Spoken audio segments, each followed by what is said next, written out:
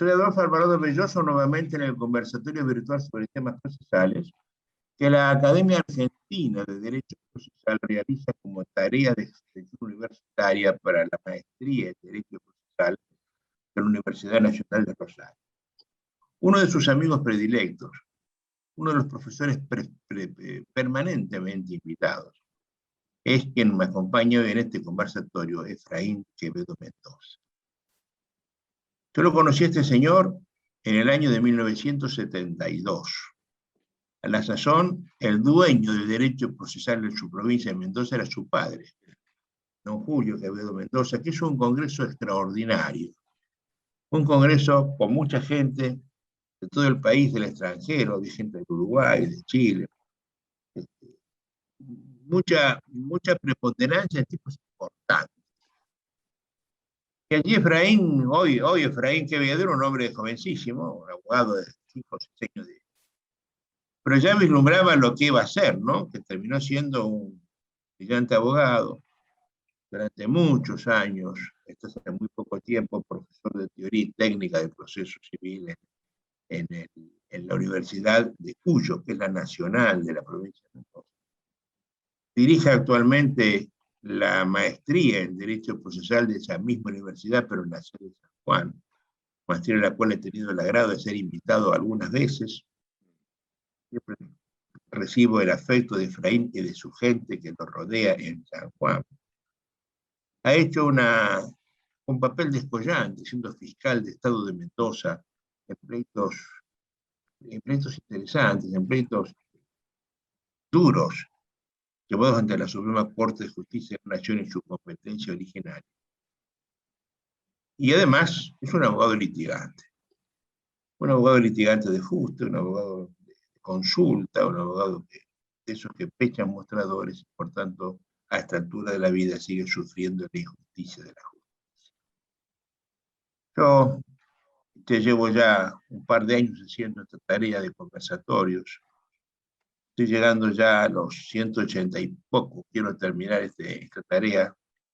He inventado otra cosa para seguir ocupándome, divirtiéndome en tiempos de pandemia. Quiero que este conversatorio sea el último de la serie que tanto gusto y placer me dio. Llevo 1 año y medio teniendo conversaciones con los más granados del procesalismo americano y español.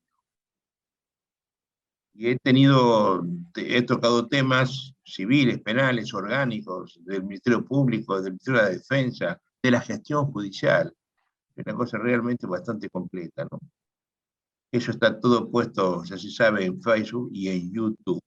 Están los 180 videos, además con un índice que se puede acceder por tema, etcétera, por autores, etcétera. Este encuentro para mí es de la mayor importancia. Primero porque tengo un afecto profundo por Efraín Quevedo Mendoza. Un afecto derivado de una amistad profunda también. La ley de partidas definía la amistad como el amor recíproco de 2 hombres.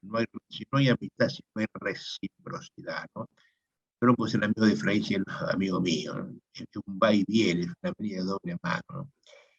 Y yo he tenido de Efraín respuestas amistosas de la mayor importancia.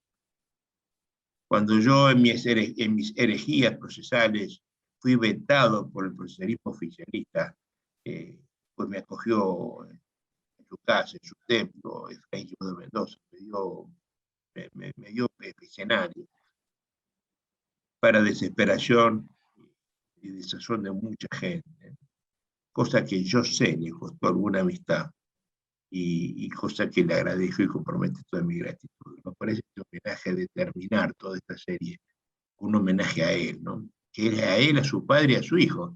Son 3 generaciones de Julio y 2 Efraín que se dedican seriamente, constantemente, con pasión al derecho procesal.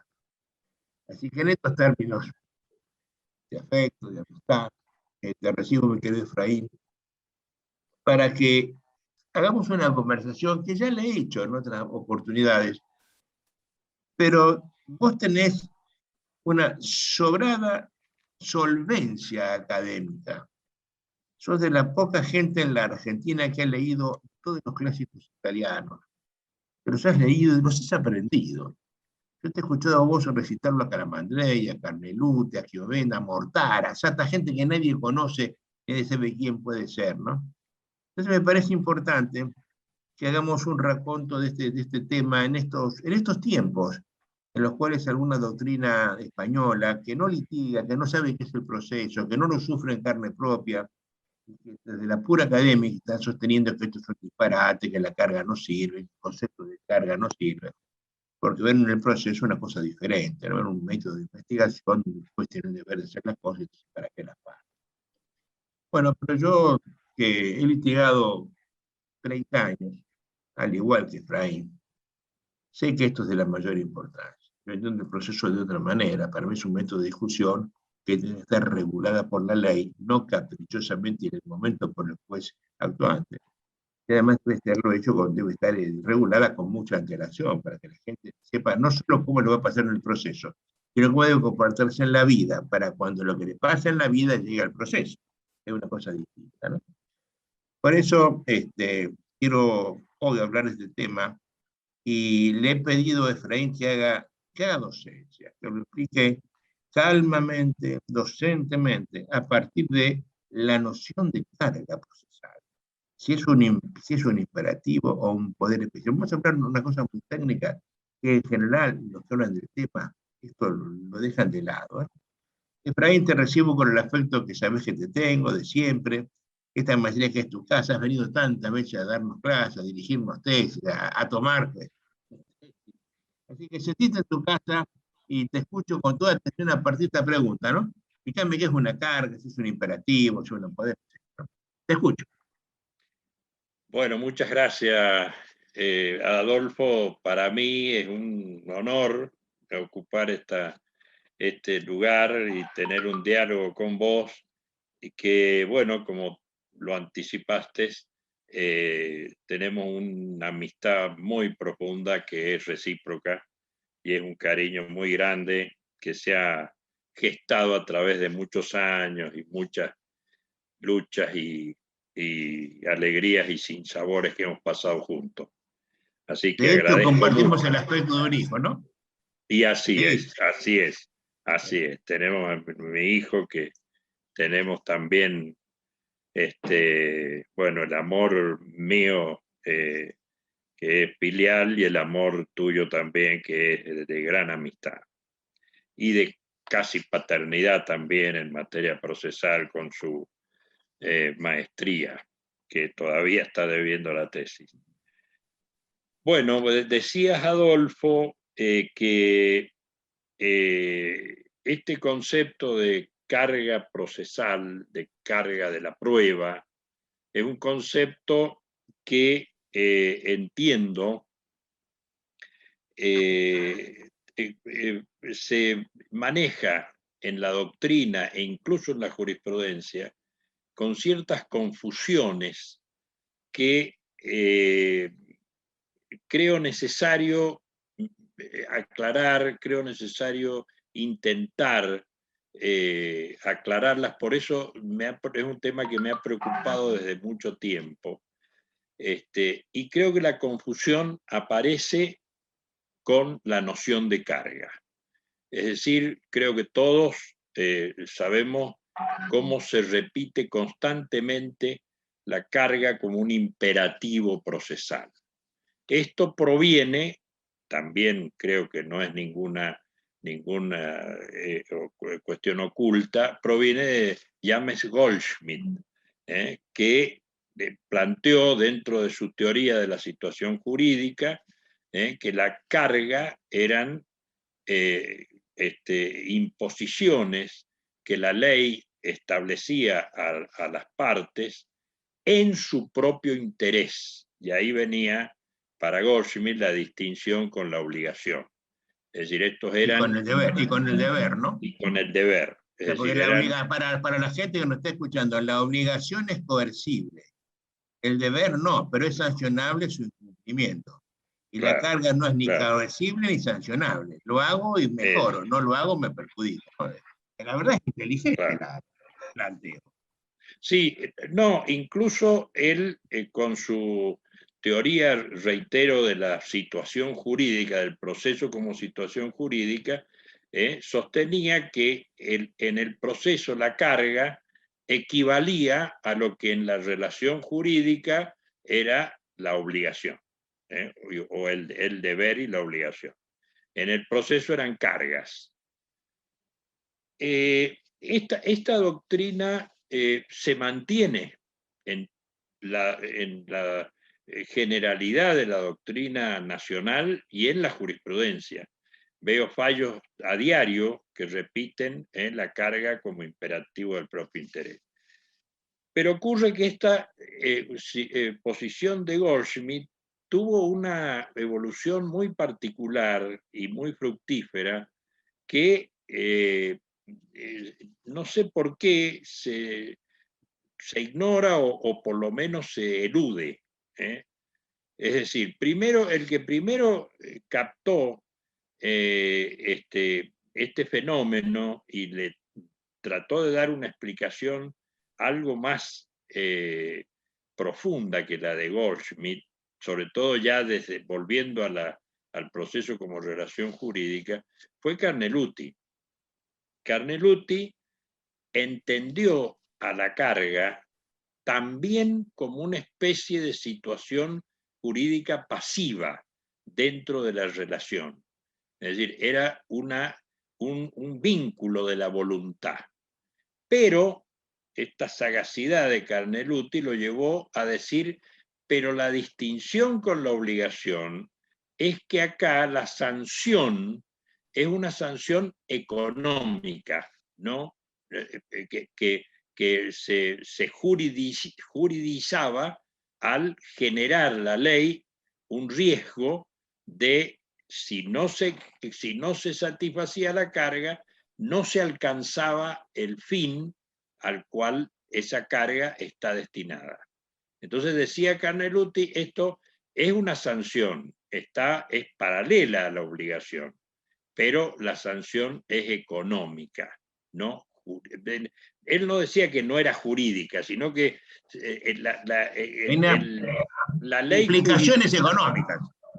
claro, juridizaba esta carga económica que le imponía Pero para mí fue Gian Antonio Micheli, el que a mediados del siglo XX publica una obra que creo que es magnífica, pero que se resisten muchos a leerla, por lo menos así me han dicho varios colegas y a veces me cuesta hacer que se lea en los posgrados y en la...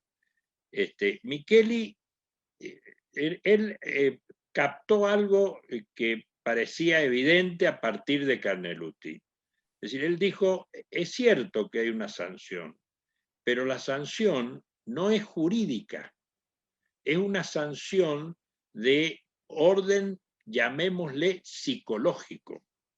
Es decir, es cierto que el que siente el peso de una carga debe satisfacerla para alcanzar un determinado interés, un determinado fin. En este caso, diríamos, probar para que se llegue en la sentencia a confirmar la afirmación que se ha vertido.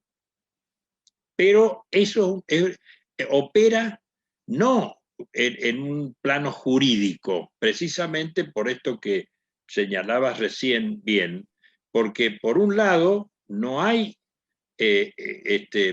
un derecho a exigir la satisfacción de la carga.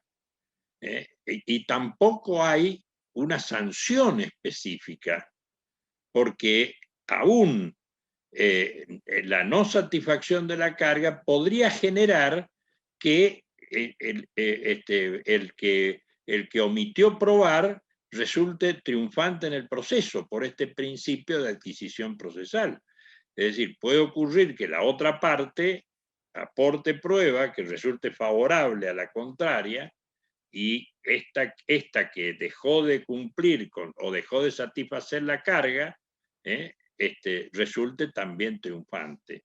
Entonces, Pero beneficiado por la tarea de otro, de casualidad. claro, es decir, lo que él decía, se advierte esta falta de imperatividad de la carga, que no hay simetría, digamos, entre el cumplimiento de la carga y el resultado del proceso. Porque podría ocurrir que se ejercite convenientemente el poder procesal y resulte que el pleito se pierda también. O sea, y puede ocurrir que no se satisfaga la carga y el pleito se gane. O sea que no hay simetría, digamos, entre el ejercicio de la carga o la satisfacción de la carga y el resultado del proceso. Obviamente hay cierta correspondencia y eso es lo que genera el riesgo que psicológicamente la parte debe atender. Es decir, en definitiva, y creo firmemente que esto es así, la carga que pierde un poco la individualidad que le quería dar Goldschmidt y posiblemente también Carneruti. Es decir, la carga es un poder procesal, poder entendido como la posibilidad de generar un efecto jurídico en la esfera jurídica ajena con la sola manifestación de la voluntad. Es decir, esto es lo que distingue la carga, mejor dicho, el poder, lo distingue del derecho subjetivo. Porque el derecho subjetivo también es un poder, pero la satisfacción del interés que persigue requiere de la conducta del obligado, requiere de que el obligado cumpla. En cambio, la carga es un poder que se satisface con la sola manifestación de voluntad, unilateralmente del titular de la carga. Entonces, digamos, la carga pierde individualidad jurídica. Es decir, es un poder como el poder de afirmar hechos, como el poder de alegar, como el poder de impugnar, de impugnar. Es decir, queda como un poder. Ahora bien, viene un problema ulterior,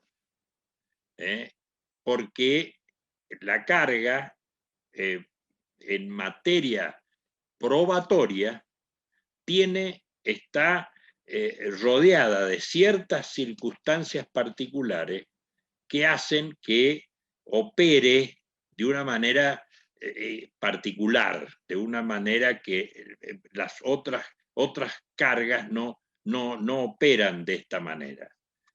¿Cuáles son esas particularidades? Lo primero es que el juez tiene la obligación de dictar sentencia, sea cual sea el estado de la instrucción al cabo del proceso. Es decir, el juez tiene el deber de fallar, artículo 3 del Código Civil vigente, y si no lo hace, incurre en una denegación de justicia. Es decir, el juez debe fallar, cualquiera sea el estado de la causa, digamos, cualquiera sea el estado probatorio de los hechos alegados por las partes. Por un lado. Por otro lado, la necesidad de que el juez sea imparcial y por tanto que sea ajeno a los hechos que se van a debatir en el proceso, hace que el juicio de hecho que el juez debe formar para dictar sentencia debe provenir de las alegaciones de las partes. Es decir, el juez no puede incorporar hechos al proceso porque esto haría perder su imparcialidad. Bueno, esto creo que vos lo puedes explicar mucho mejor que yo. Pero además, como las partes son las protagonistas de estos hechos y son las que han protagonizado los hechos y por lo tanto son las que disponen de la prueba, el juez, por otra parte, también para confirmar las afirmaciones de las partes, va a depender de la prueba que las partes le arrimen. De modo que estas tres circunstancias crean la necesidad de que el proceso tenga un mecanismo que, por un lado, asegure que el juez pueda dictar sentencia aún cuando falte prueba o cuando la prueba sea insuficiente. Es decir, un mecanismo que le asegure que el juez va a poder resolver de cualquier manera, aunque no tenga prueba que confirme las afirmaciones de las partes. Por un lado. Y por otro lado, el mecanismo debe incentivar a las partes para que aporten la prueba. Es decir, debe generarles un incentivo para que tengan la necesidad de aportar la prueba. Y allí es donde viene el riesgo en que la ley coloca a las partes de que si no aportan la prueba, su expectativa, en términos de Goldsmith, de sentencia favorable va a disminuir sustancialmente. Este mecanismo que atiende a estas dos necesidades se llama carga o regla de juicio de la carga de la prueba. Esta regla de juicio de la carga de la prueba tiene entonces, y así se ha llamado por la doctrina, un aspecto subjetivo que es esta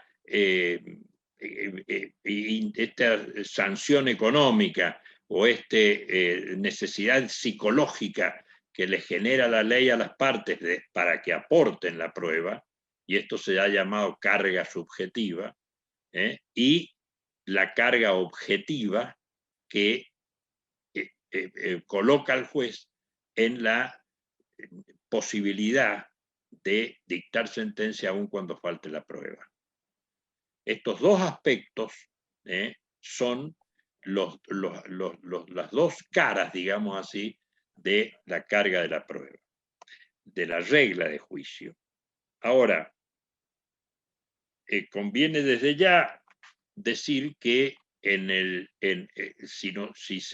si se ve la prueba, como se está viendo en general, como un imperativo del propio interés, entonces adquiere una importancia superlativa la carga subjetiva. Es decir, porque estarían las partes allí en la necesidad jurídica de satisfacer las cargas.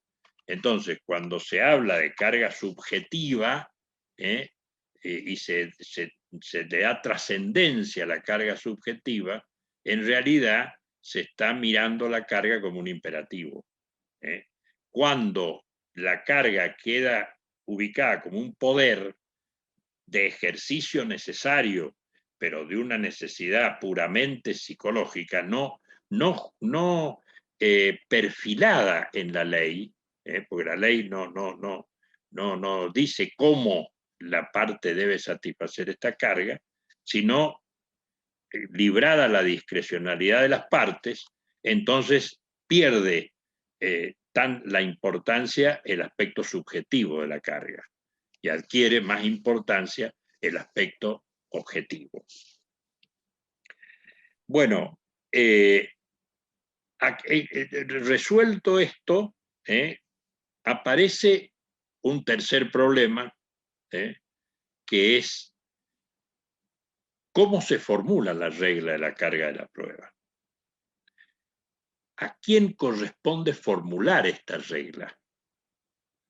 Y allí, nuevamente, dos posiciones. Aquellos que dicen que la regla debe responder al caso concreto y por lo tanto debe ser el juez quien debe formular la regla de la carga de la prueba en cada caso. adaptando el contenido de esta regla a el caso concreto. Y aquellos que sostienen que la carga de la prueba debe ser el contenido de una norma general sancionada por el legislador que establezca y que pueda ser aplicada en todos los casos. Bueno, acá la doctrina clásica no ha dudado, desde Leo Rosenberg en adelante, de que la regla de la carga de la prueba debe ser formulada por el legislador y que debe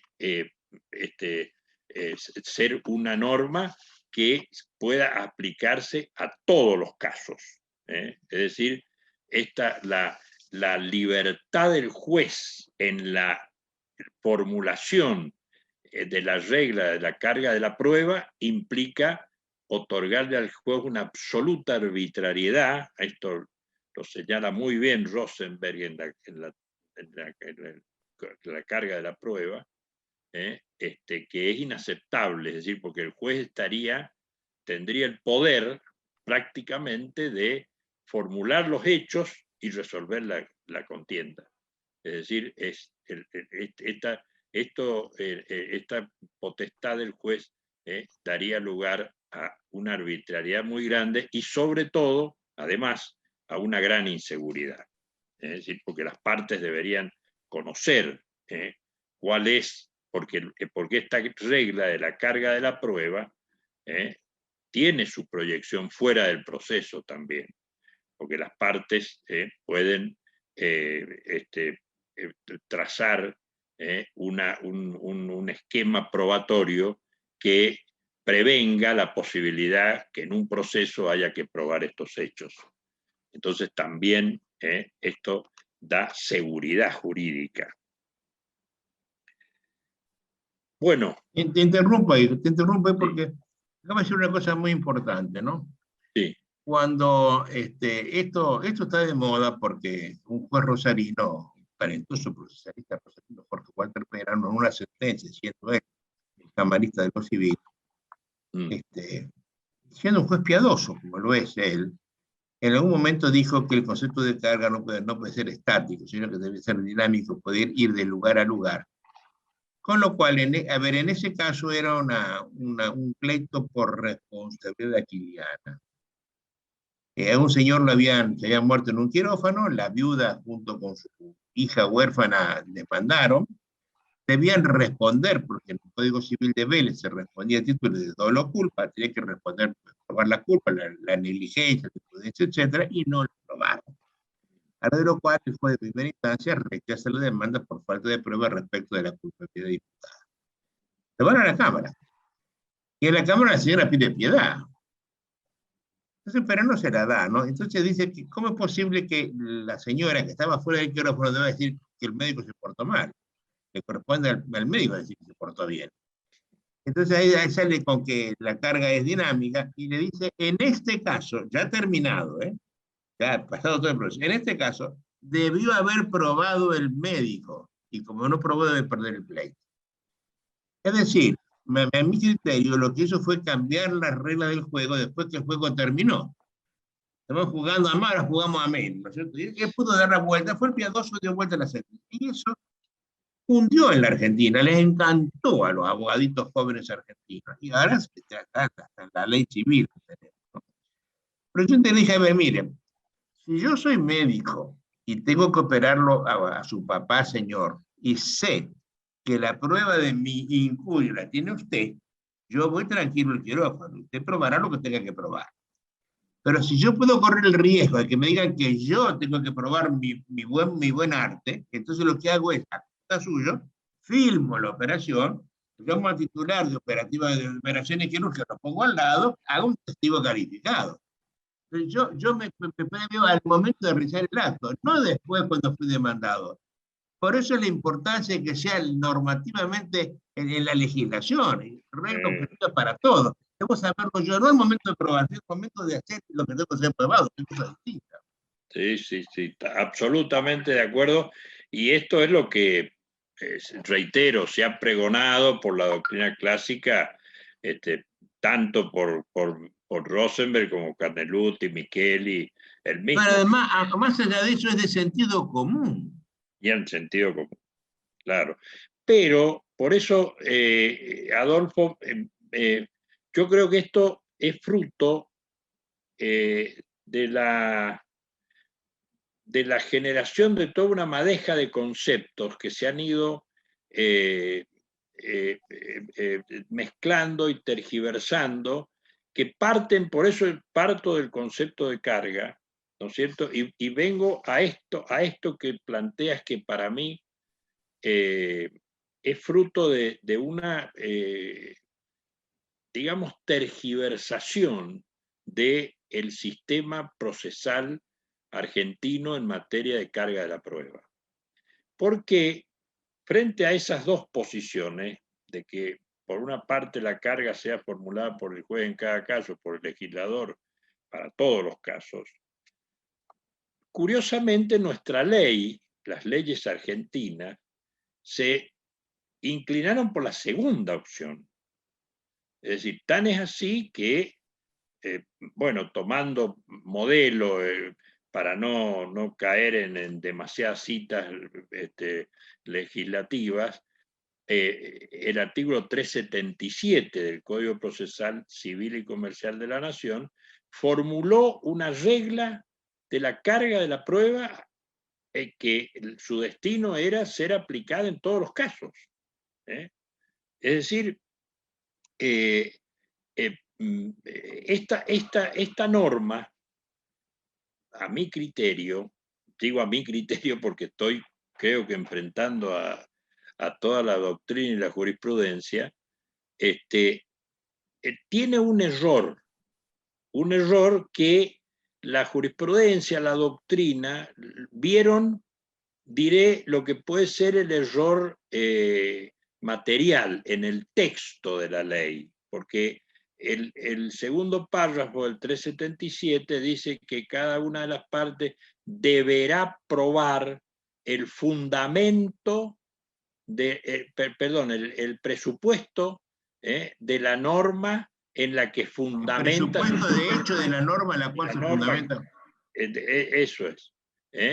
De la norma que invocare, dice. Entonces ahí todos se vinieron contra esta redacción y dijeron, no es la norma que invocare, porque en realidad la norma es la que va a aplicar el juez en la sentencia. Es decir, el actor se puede equivocar. También, pero no, pero yo puedo imputar una cosa a la otra. Yo puedo imputar, a ver, si yo voy en un taxi y el taxista me choca y me lastima, yo tengo dos posibilidades. O le demando el incumplimiento contractual con un daño, con una prescripción, etcétera, o le demando el incumplimiento, la responsabilidad quiniana, con otras normas, y hasta otra competencia judicial. Por tanto, me parece a mí que la norma, en la inteligencia de un tipo que entendía, que era Lino Palacio, está muy bien redactada. Yo a vos te puedo invocarte, te hago una imputación con cierta norma jurídica. Si vos sos mi obrero y te accidentás in itinere, yo tengo 3 chances de demanda, de ser demandado. Por el contrato de trabajo, por el accidente de tránsito y por el Código Civil. Es decir, hay una imputación y el juez va a aplicar la norma conforme a la imputación. No, estoy de acuerdo en que, digamos, lo que define la pretensión son los hechos invocados, pero puede ocurrir, y acá viene la crítica, que te reitero, es una crítica que yo no le doy mucha importancia, pero puede ocurrir que yo demande por responsabilidad aquiliana y equivocadamente invoque la norma de la responsabilidad objetiva. Entonces lo que se dice, mire, en ese caso el juez tiene el deber, porque conoce el derecho, de aplicar las normas de la responsabilidad aquiliana, y en ese caso el fundamento, el presupuesto de la norma va a ser no la que invocó el actor, que se equivocó, sino la que invocó el juez, la que aplicó el juez. Pero es que es la que surge de los hechos. Más claro. Sí, por eso. Esto es una crítica formal que se resuelve muy fácilmente. Pero lo que ocurre es que esta norma, a mi criterio, reitero, digo porque no quiero Es el criterio de la adjudicarme sensatez, ninguna no siga verdad. insistiendo, porque es lo Sí. sensato, ¿no? No, lo que pasa es que la norma, para mí, tiene un error de fondo, que la doctrina no lo ha puesto de manifiesto ni la jurisprudencia. Y esto ha generado los problemas estos de la rigidez de la regla de juicio. Porque la redacción de la norma está basada en el concepto que tenía Leo Rosenberg de qué modo debía formularse la regla de juicio. Y Leo Rosenberg entendía que la norma jurídica era la que determinaba la carga de la prueba. Entonces, él decía casi textualmente lo que dice el 377. Decía, el presupuesto de la norma que me favorece es el que yo tengo que probar. Pero claro, y esto lo señaló muy bien Micheli, es decir, si para formular la regla de la carga de la prueba miramos solo a la norma sustantiva que regula la relación jurídica, vamos a estar siempre en una situación estática, porque lo que hace la norma jurídica sustantiva es calificar la hipótesis para que alcance un determinado efecto. Pero esa hipótesis se hace concreta en la pretensión, es decir, y en la defensa. Entonces, si no integramos, Micheli tenía este lenguaje, si no integramos el aspecto sustancial de la pretensión con el aspecto procesal, que sería los hechos que yo estoy invocando para lograr un cierto efecto jurídico y la posición que tengo de actor demandado, entonces siempre no va a haber flexibilidad, porque en realidad un hecho se califica de constitutivo no porque la ley lo ponga como presupuesto de un cierto efecto jurídico, sino cómo se hace valer en la demanda, cómo juega ese hecho en una concreta pretensión para lograr un concreto efecto jurídico. Entonces ahí aparece la flexibilidad que debe tener la regla de la carga de la prueba. Desaparece la rigidez, desaparece la rigidez. Entonces, ya este planteo que decías, Adolfo, que proviene de esta jurisprudencia de Peirano y la posterior doctrina, proviene de darle esta rigidez a la regla del 377 y a todas las de las similares de las leyes procesales y quitarle la flexibilidad al mirar solo la norma jurídica y no tener en cuenta Entonces, por eso se ha podido decir, ¿no es cierto?, que, por ejemplo, acá tengo Ponce, profesor de la Universidad Católica, que siguiendo toda esta doctrina, dice que en ciertos supuestos la justicia del caso quedaría supeditada al formalismo. Entonces, en tales supuestos... Oye, pero a ver, te interrumpo de nuevo, ¿no? Porque es una cosa importante la que quiero añadir. Sí. Yo quiero que sepas que Peirano es un juez en Santa Fe y que él aplica no el Código Nacional con la regla del 377 que estamos glosando, que es regla en casi todo el país. Sí. Porque ese código, Sí. que fue el código del general Onganía, se repitió Sí. en todo el país, hasta hace poco tiempo en Mendoza, que tenía un código muy superior al tipo de ética, hace poco tiempo en Córdoba, con el código que había trabajado Rodríguez, y con el código de Santa Fe, que lo hicieron dos tipos que entendían el problema. Pero en Santa Fe no hay norma que establezca quién le incumbe la carga probatoria. No hay norma que determine la incumbencia. Por tanto, el juez santafesino tiene que manejarse con pura doctrina.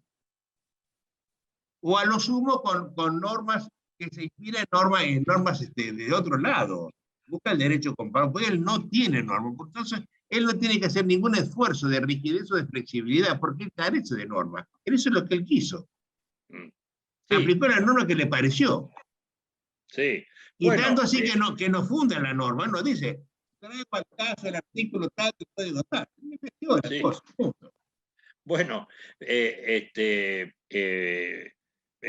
hay legislaciones que no tienen una norma, pareciera que el juez puede disponer, pero claro, generaría otro problema, que sería el caso de la provincia de Santa Fe, en donde el juez tampoco puede elegir arbitrariamente a quién le va a cargar con las consecuencias de la falta de prueba.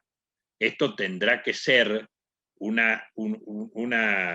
razonamiento que esté ajustado a las normas que se han elaborado a través de los siglos. Es decir, por ejemplo, que corresponde probar al actor, que corresponde probar al demandado, normas que vienen del derecho romano, incluso del antiguo derecho germano.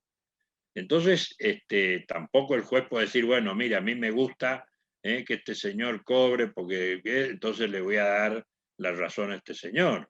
Es decir, tiene que haber un razonamiento basado en la experiencia, porque esta norma, todo esto que se formula por la ley, no es una norma que se la inventó ningún legislador. Claro. Vienen entonces, aún yo creo que no existiendo norma, una regla de la carga de la prueba, y lo que resulta curioso también es que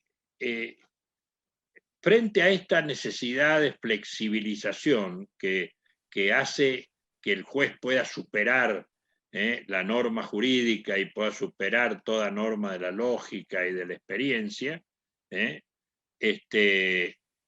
Código Civil, que a su vez expresamente en los procesos de familia y en los procesos de responsabilidad civil acoge esta doctrina de las cargas probatorias dinámicas, 1735 y 910, si no me equivoco, en el proceso de familia, cae en el vicio opuesto, es decir, se recepta reglas particulares de carga de la prueba para ciertos casos especiales. Entonces, el Código Civil dice, por ejemplo, en materia de obligaciones de hacer y de dar, el deudor debe acreditar el pago y por lo tanto el acreedor debe acreditar la existencia de la obligación. En materia de acción negatoria, el propietario debe probar esto. Entonces, formula reglas particulares de la carga de la prueba, con lo cual la carga adquiere una rigidez, casi diría, insoportable. Y en esto quiero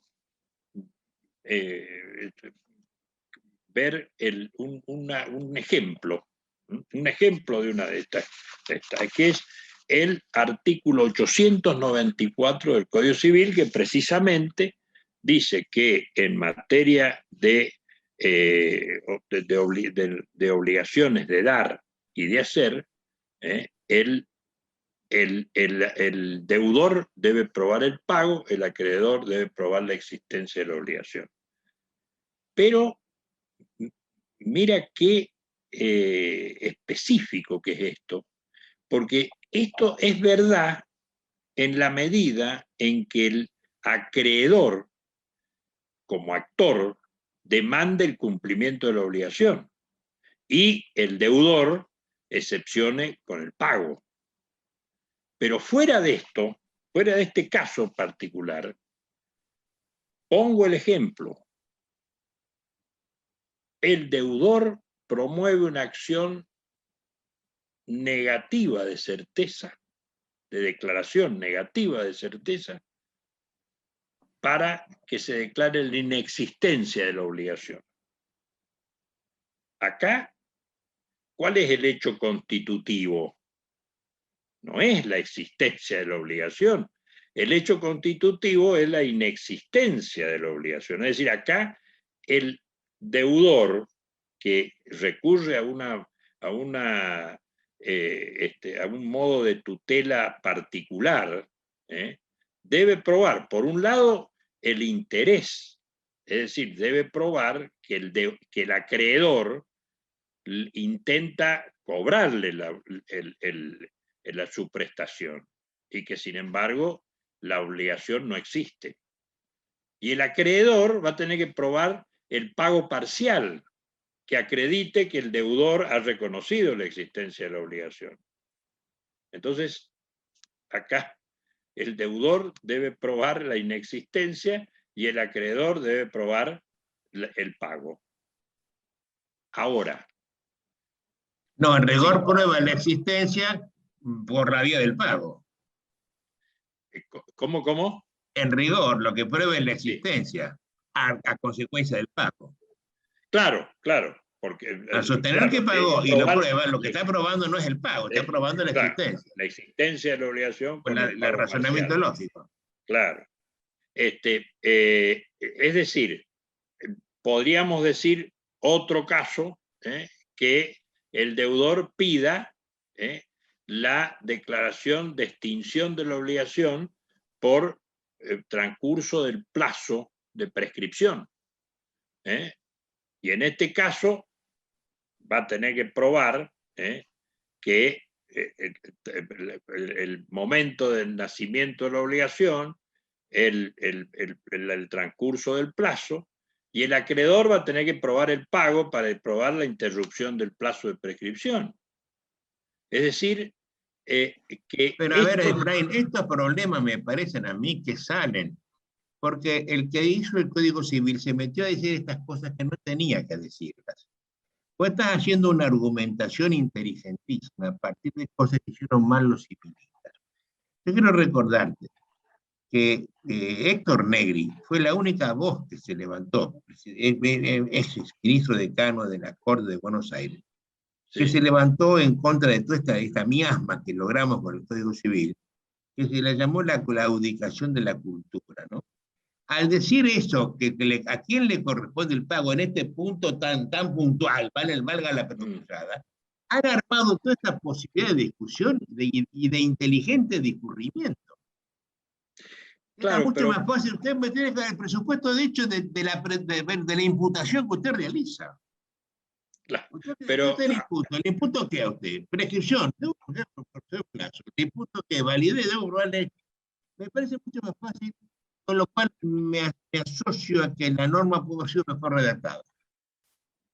Sí, y mirá, Adolfo, yo tengo la sospecha bastante fundada, creo, que todo esto viene de la confusión absoluta en relación, reitero, a la carga como poder o como imperativo y no como poder, a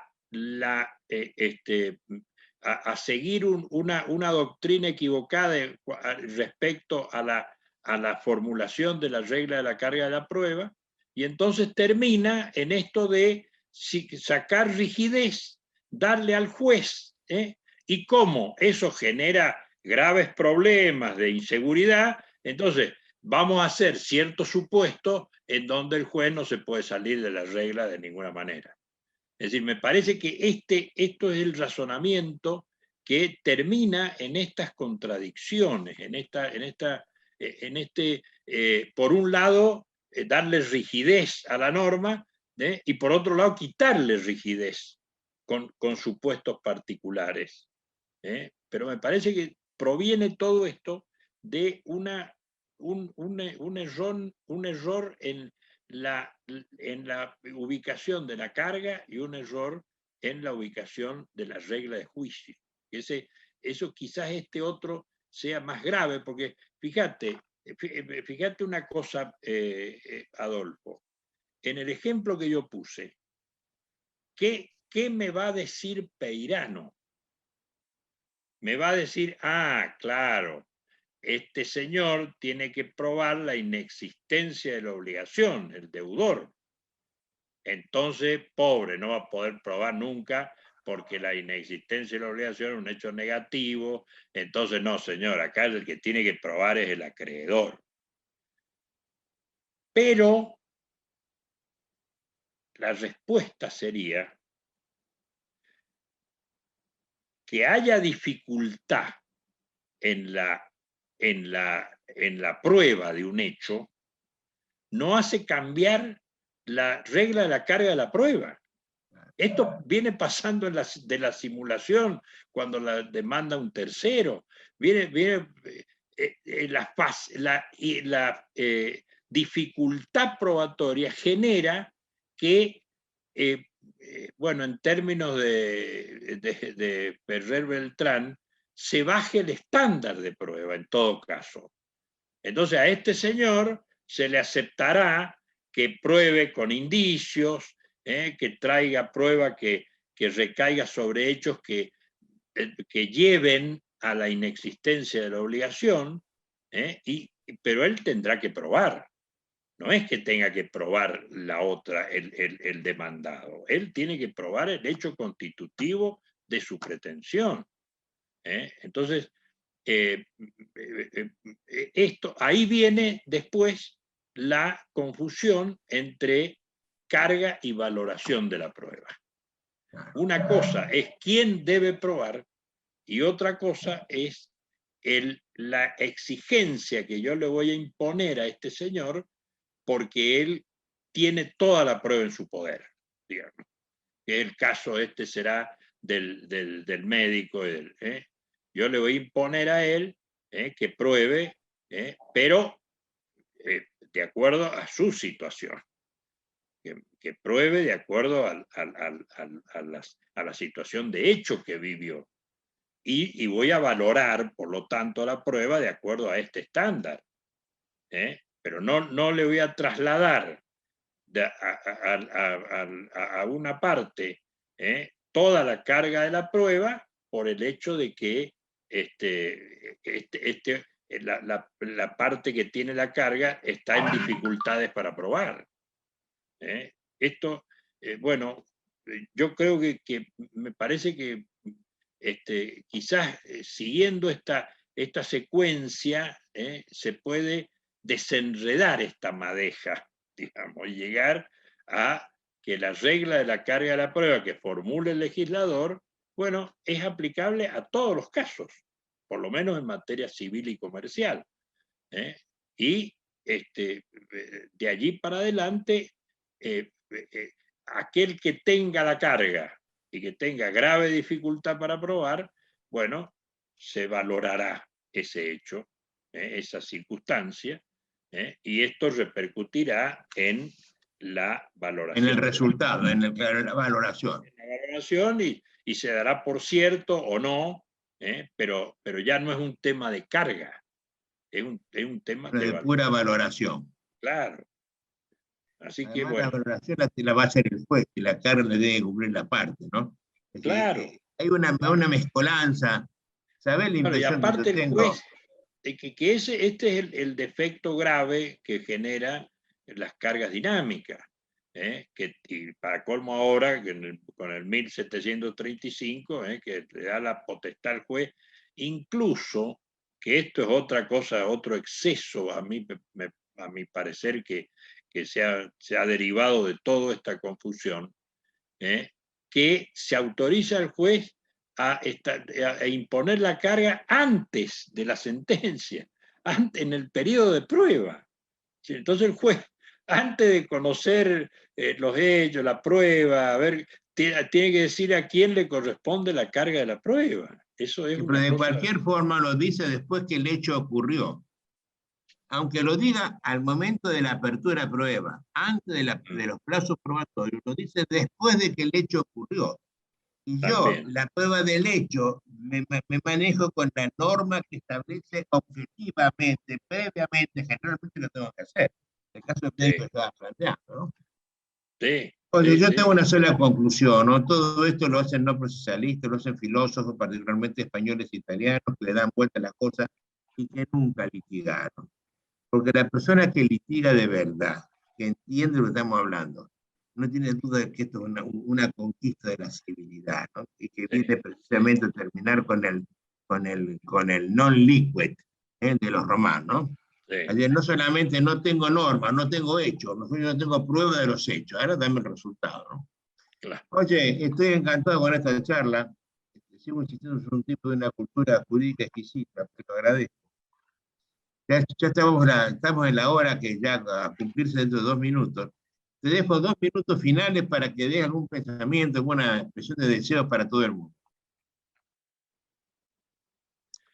Y con eso Bueno, terminamos.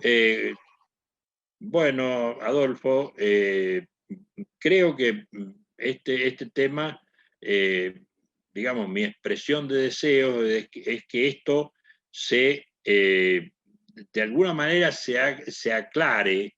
Tengo la sensación, después de leer mucho la carga de la prueba de Gian Antonio Micheli, que es un libro de difícil lectura, es un libro que es Escriben absoluto. difícil, escriben difícil, igual que los briseños, ¿no? Escriben. Exacto, es difícil leerlo, tiene un cúmulo de ideas así dispersas en todo el libro que hay que juntarlas, eh, y entonces me parece que una aspiración que tengo es poner esto en claro, es decir, traerlo para que no haga falta leer a Micheli, incluso digo Micheli, pero también Carneruti, también Rosenberg, es decir, no haga falta esto,